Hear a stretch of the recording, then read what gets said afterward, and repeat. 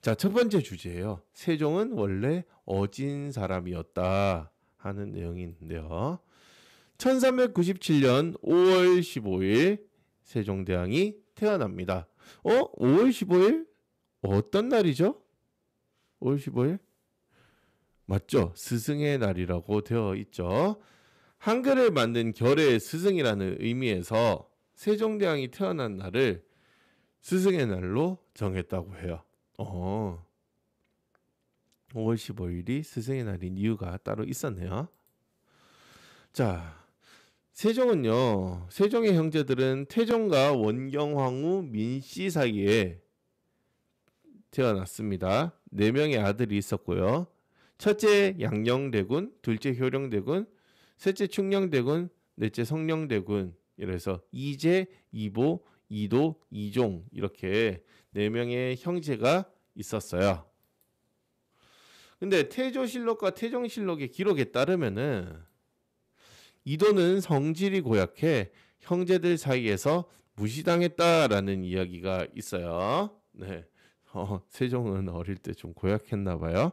그래서 형제들이 별로 좋아하지 않았겠죠. 특히 자기가 아는 것을 잘난 체하기를 좋아했다는 이런 기록들이 있습니다. 네, 태종이 죽기 전에 유언이 있었는데요.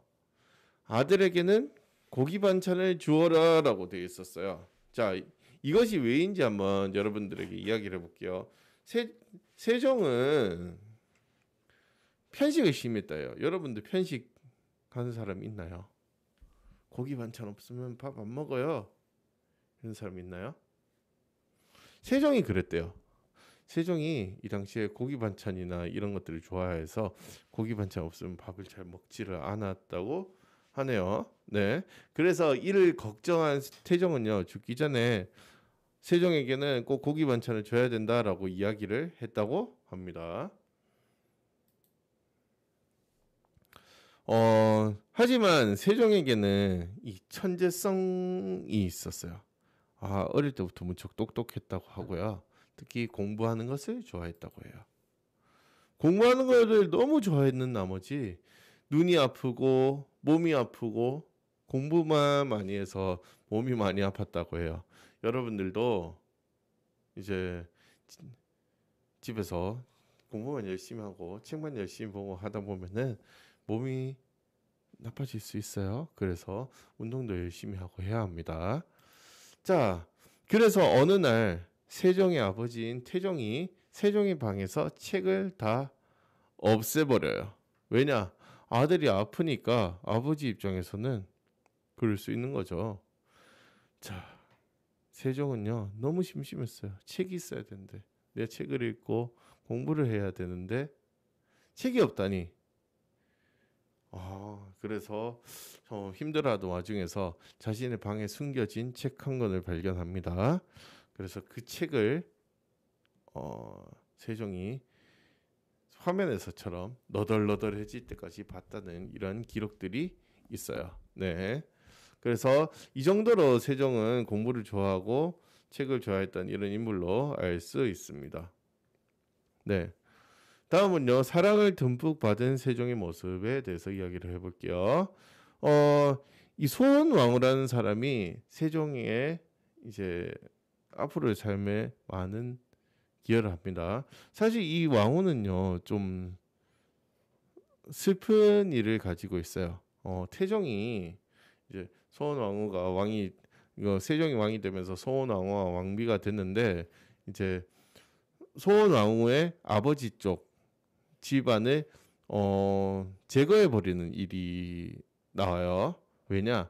태종의 입장에서는 세종이 절대적으로 힘이 있는 왕이 되기를 원했기 때문에 소원왕후의 이 가족들이 어린 나이에 왕이 됐거든요. 세종이 왕이 되어서 이제 정치를 하는 과정에서 많은 간섭을 하게 될까봐 그것을 염려해서 소원왕후의 가족들을 이제 제거를 하는 그런 일이 있었는데, 소원왕후 같은 경우는 얼마나 그 마음이 아팠겠어요. 하지만 그런 과정에서도 이제 세종을 잘 보필하면서 훌륭한 왕이 될 수 있도록 돕게 됩니다. 특히 그 와중에 세종과 세종의 이제 관계에서 18명의 아들과 4명의 딸을 낳아요. 물론 후궁의 그런 자식들도 포함이 되어 있는데 이처럼 많은 기여를 했던 분이에요. 자, 그리고 형제 간 다툼으로 태종이 왕이 되었어요. 네. 뭐냐? 태조 이후에 그 태종이 이제 서로 왕자들 사이에 이런 힘싸움을 통해서 왕이 되었기 때문에 자기 자식들은 싸우지 않도록 하려고 많은 노력을 했었어요. 그래서 이 당시에 좀 규칙이라고 해야 되나요? 법도라고 해야 되나? 이런 이야기들이 뭐냐면은 왕의 뒤를 이을 후계자 다음 왕은 왕의 첫째 아들이 하거나 이런 경우 이런 약간 룰이라고 해야 되죠. 네. 그래서 태종의 첫째 아들 양녕대군을 세자로 만들어서 양녕대군을 왕을 만들려고 했어요. 그런데 맏형 양녕대군이 사고를 좀 치고 다녀요. 네. 그래서 신하들의 어떤 이야기들로 인해서 양녕대군이 세자에서 쫓겨나고 셋째인 세종 충녕대군이 왕으로 올라서게 됩니다. 네. 그날 밤에 세종이 엄청 울었다고 해요. 왜냐? 나는 우리 아들들 안 그러게 하고 싶었는데 어쩔 수 없이 또 이렇게 되는구나 하면서 네, 슬펐다고 하네요. 네, 그래서 세종이 왕이가 되면서 근데 세종이 왕이 됐는데 형이 있다는 거는 좀 불편할 수 있어요. 저 당시 시대에서는 네, 왕의 형, 왕은 그 나라에서 가장 높아야 되기 때문에 그래서 신하들이 양녕대군을 좀 처리를 해야 되는 것이 아니냐, 벌을 해야 되는 것이 아니냐 하였는데 세종은 이미 따뜻한 환경에서 포용력과 배려심을 많이 받은 사람이었어요. 그래서 이 양녕대군을 이제 땅을 주어서 그쪽에 살도록 하고 네, 잘 지내도록 도와주었어요.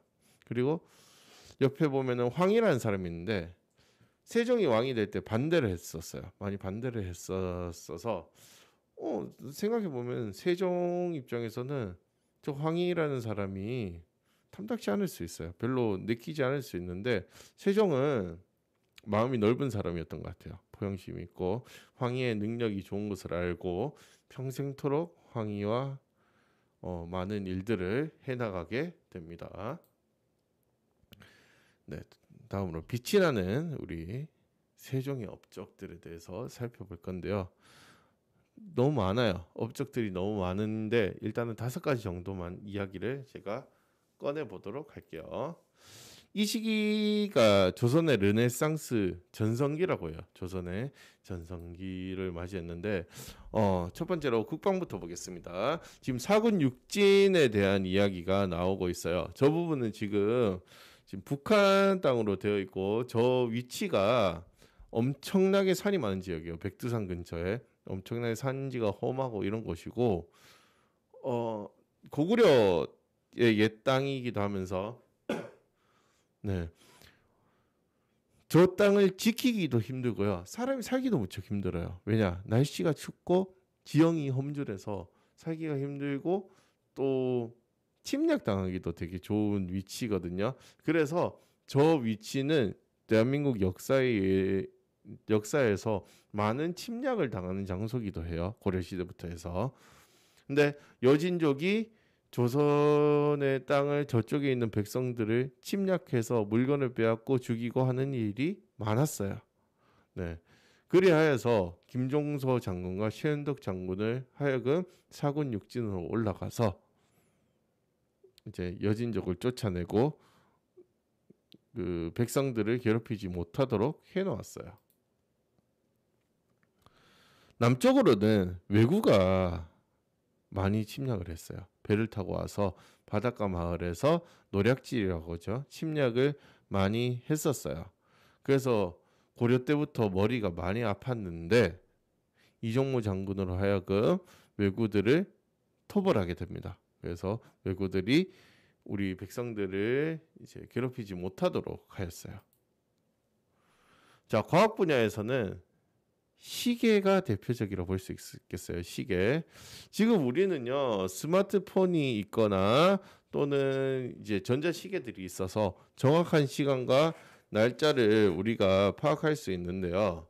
저 당시만 해도 정확한 시계가 없었어요. 해 위치나 뭐 시계를 보고 대략적인 이런 시간을 알 수 있었는데 이제 과학적인 이 시계들을 통해서 정확한 시간과 일시를 알 수 있었죠. 자, 시계가 왜 중요하냐면요. 농사일을 하는데 시기가 무척 중요합니다. 농사일 하는데. 네. 어느 시기에 내가 씨를 뿌리고 모내기를 하고 모를 심고 수확을 하는지는 정확한 시기를 타야 우리가 많은 그 작물을 수확하거나 할 수 있었어요. 그래서 이 장영실 있죠. 장영실로 하여금 노비 출신 장영실로 하여금 많은 다양한 도구들을 개발해 내게 되어서 실제로 삶에 큰 도움이 되도록 합니다. 자, 세금 문제로 한번 이어가 볼게요. 이 당시 세금이 어땠냐? 세금을 그냥 거뒀어요. 거두고 들어온 대로 쓰고 이제 모자라면 걷고 이런 식이었는데 이것이 백성들에게 부담이 되는 경우가 많았어요. 특히나 뭐 세금을 많이 걷어놓고 일단 많이 거두고 보면은 이제 돈을 쓰기에는 좋겠지만 백성들 입장에서는 너무 많은 것을 내어야 할 수 있었어요. 그래야 해서 세종은 우리가 얼마를 쓸지를 생각을 하고 세금을 거두자라는 식으로 세금 제도를 바꿉니다. 이 의견을 획기적인 부분인데요. 이 의견을 공개적으로 물어요. 공개적으로 다양한 다른 사람들한테 열어서 묻고 조세제도에 대해서 어떻게 생각하느냐 공개적으로 의견을 묻습니다. 네. 그래서 한 57대 43 정도로 하여서 조세제도 여론조사를 결과를 수렴해서 조세제도를 바꿔 나가게 됩니다. 네, 이 외에도 다양한 분야에서 많은 혁신을 했어요. 정치나 과학, 의례, 예법과 같은 예절과 같은 것들이고요. 의학 하면은 이제 사람을 치료하는 방법, 군사, 경제, 복지, 출판, 농사, 음악, 문학 등과 같이 다양한 분야에 대해서 세종이 많은 업적을 남겨놓았습니다. 세종의 어록을 살펴보도록 할게요. 내가 무엇을 잘못하고 있는지 지적을 해달라. 백성들이 어디가 아픈지 알려달라. 신하들이 고달파야 백성들이 편하도다. 이렇게 이야기를 남겨놨는데요. 세종은 기본적으로 자신이 되게 잘하고 싶었어요. 그래서 자신이 잘할 수 있도록 도움을 많이 요청을 했어요.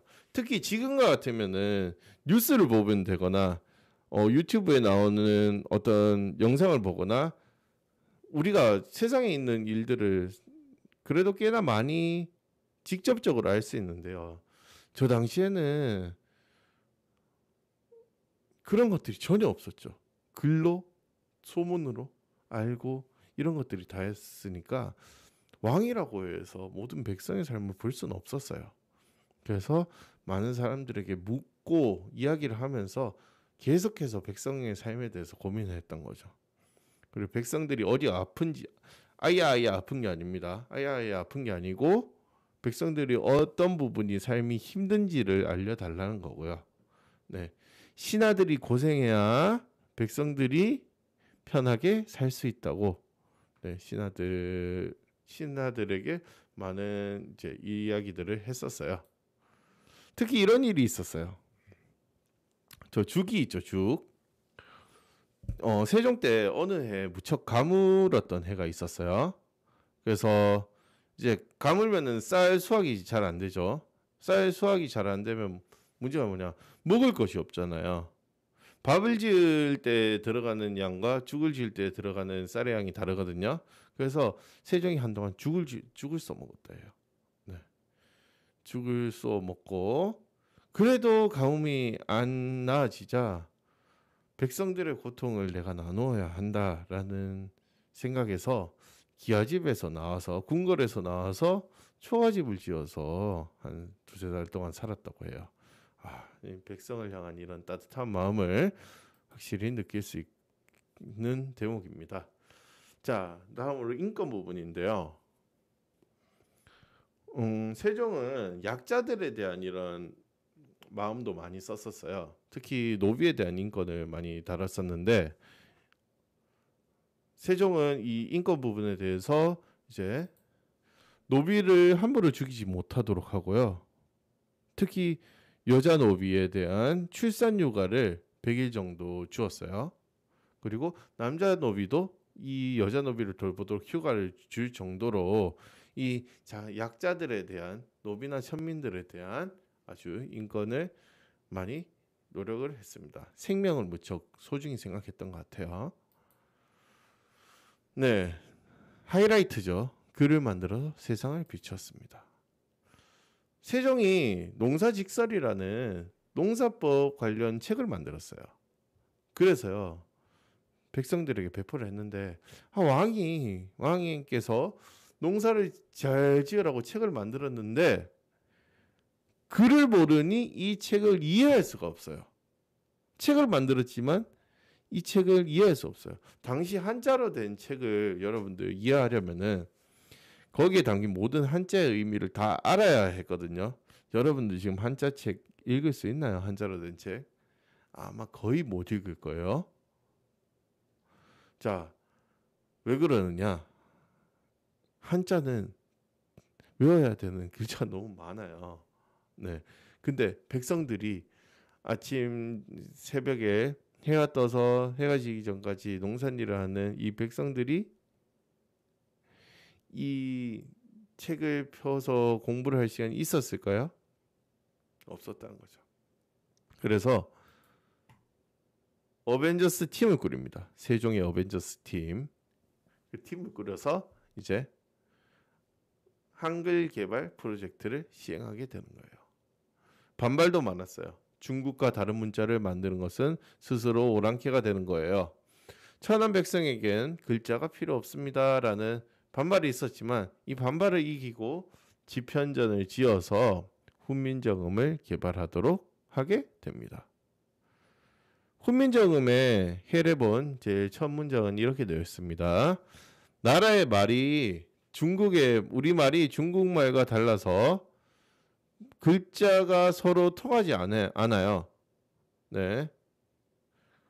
이런 이유로 어리석은 백성이 말하고 싶은 내용이 있는데 못하네요. 내 말을 정확하게 펴지 못하는 사람이 많아요. 왜냐? 한자가 너무 어렵기 때문에, 알지 못하기 때문에. 그래서 내가 이 사람들을 위해서 이 사람들을 가엾게 여겨서 새로 28자를 만드는데 사람들이 쉽게 익혀서 매일같이 편하게 쓸 수 있도록 내가 이 한글을 만들었어 라는 내용이 담겨 있거든요. 네, 그래서 처음에 훈민정음에 적힌 모습은 한글이 이런 모습이에요. 근데 제가 한번 읽어볼게요. 발음도 좀 달라요. 나란 말씀이 중기게 달아 문자와 서로 사맞디 아니할 시에 이런 전차로 어린 백성이 니를 고조 홀배 있어도 마참내 제 뜻을 실어 펴디 못할 놈이 하니라. 내 이를 위하여 어여삐 여겨 새로 28자를 맹가노니 사람마다 헤어 수비 니겨 날로 쓰매 편안키 하고자 할 따름이니라 라고 이야기를 하거든요. 지금과는 언어는 글자는 변해요. 말은 변해요. 지금의 말과 우리 500년 뒤의 말은 또 달라질 거예요. 지금 이게 한 600년, 700년 전의 말이었으니까요. 네, 지금과는 모습이 다르지만 네, 이렇게 처음으로 훈민정음에 이렇게 글을 적게 됩니다. 훈민정음 우리 글 자랑 좀 해볼게요. 전 세계에 7천여 개 문자가 있는데요. 그 중에서 만든 사람이 누군지 알고요. 언제 만들었는지 정확하게 아는 유일한 문자예요. 네. 그리고 왕이 백성을 위해서 만든 유일한 문자고요.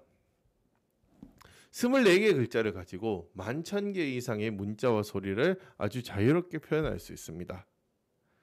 그리고 이런 지구상 최고의 문자를 세종이 개발해내게 된 것이죠. 누구를 위해? 백성을 위해서요. 자, 이런 과정에서 스스로의 몸을 헌신했던 세종이에요. 세종은 정말 열심히 일했어요. 일 정말 열심히 일했는데 아팠어요. 너무 일을 열심히 했는지 당뇨병, 종기, 두통, 안질, 부종 등 각종 병에 시달렸어요. 왜냐? 새벽 4시에 일어나서 12시까지 일을 했기 때문에요. 또 고기 좋아한다 했죠. 육식 위주로 식사를 하고요. 또 많이 먹어요. 운동도 부족했기 때문에 병이 생길 수밖에 없었겠죠. 네, 20년 동안 극심한 눈병도 앓았어요. 내가 두 눈이 흐릿하고 아파서 봄부터 어두운 곳에서는 지팡이에 의지하지 않고는 걷기 어려웠다.